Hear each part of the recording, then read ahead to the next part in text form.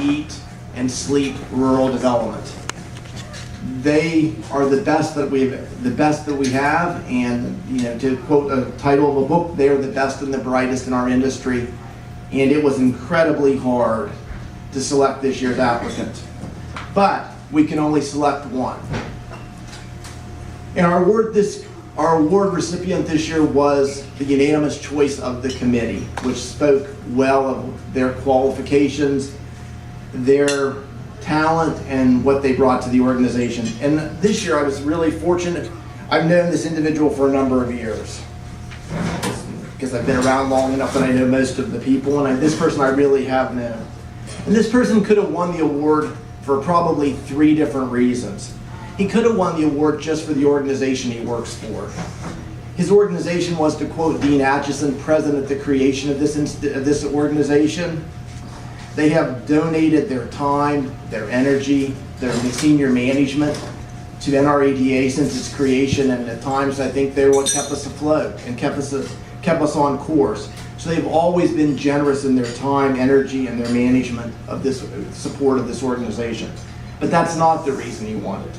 He could have won the award for the fact that he served as a board member for a long time, held every office position, including being president. He was president of this organization he was vice president and in charge of the conference when we were here at 9/11, and kept us on track as we tried on a really traumatic day, kept the conference going and kept us all online and sent us all home safely. Could have won it for that reason. He also, when he was president, as a board member and president, had a unique ability to know the new person. Who's new, who's at the organization, who's uncomfortable, who doesn't know people, was quick to invite them to dinner, to have a drink, to sit at his table, made you feel a part of this organization. And that alone is a really special quality. But that's not why he won it either.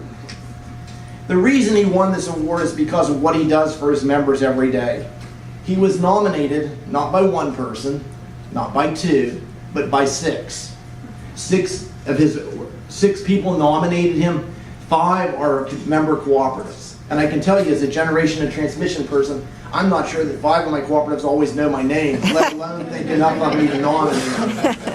So he was nominated by 5 cooperatives, and then had levels of support of everybody, I think, in his state, including the Secretary of Agriculture. I was totally blown away by the package.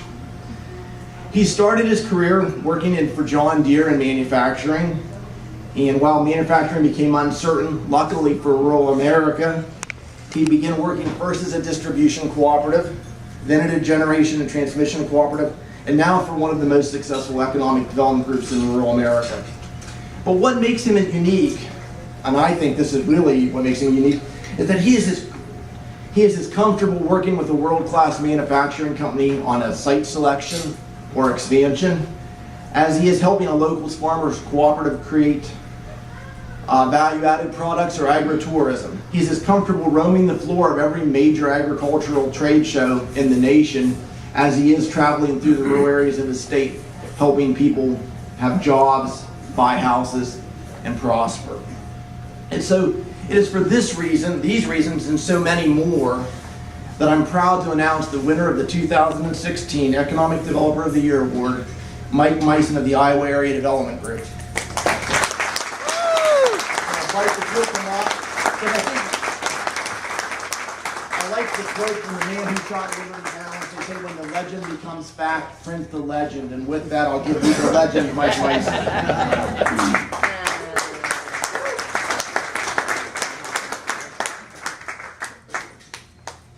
Well, if you're thinking, well, here's another old guy that's going to rattle on a little bit, you're half right. I'm not that old, but I am going to rattle on a bit.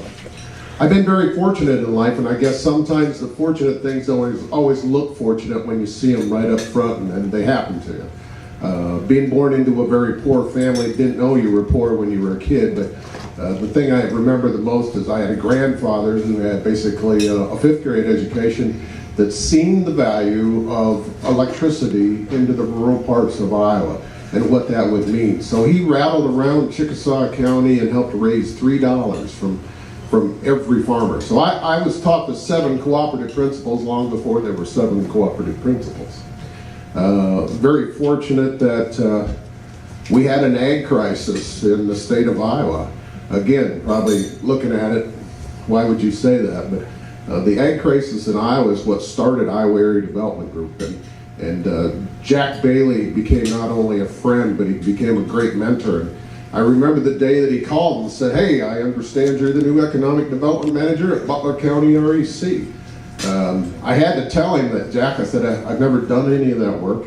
And if I'm real honest with you, I'm not even sure what that is. Jack said, "Good, you got no bad habits and I can teach you this business." So he became, like I say, a kind of a second dad to me. So fortunate that I found a lovely lady along the road that has taught me a lot about life, about charitable giving, about compassion, that probably didn't have those qualities prior to meeting her. So 4 kids and 5 grandkids later, we travel across the country, and I do trade shows, and if I'm very fortunate, I get to bring her along. So that's fortunate. I'm very fortunate that I got a chance to work at Iowa Area Development Group, and under the tutelage of Mr. Fisher, we get a lot of stuff done, and Rand's always,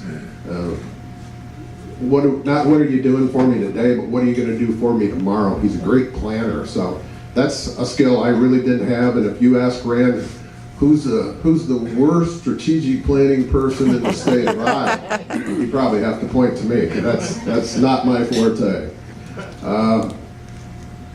I'm very, very fortunate, and the award, and I've been to Jim and his shop where he makes these beautiful glass, and what a lovely piece of art that you do.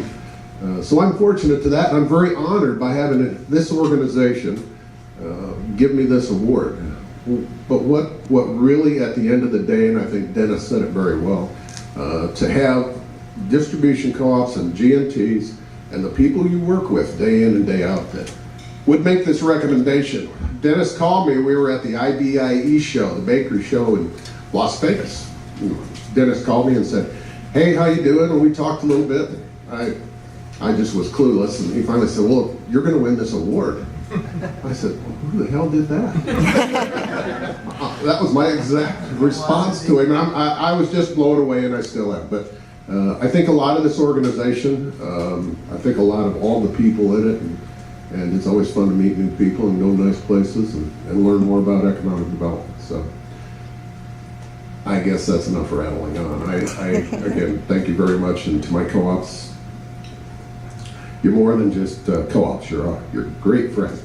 So thank you.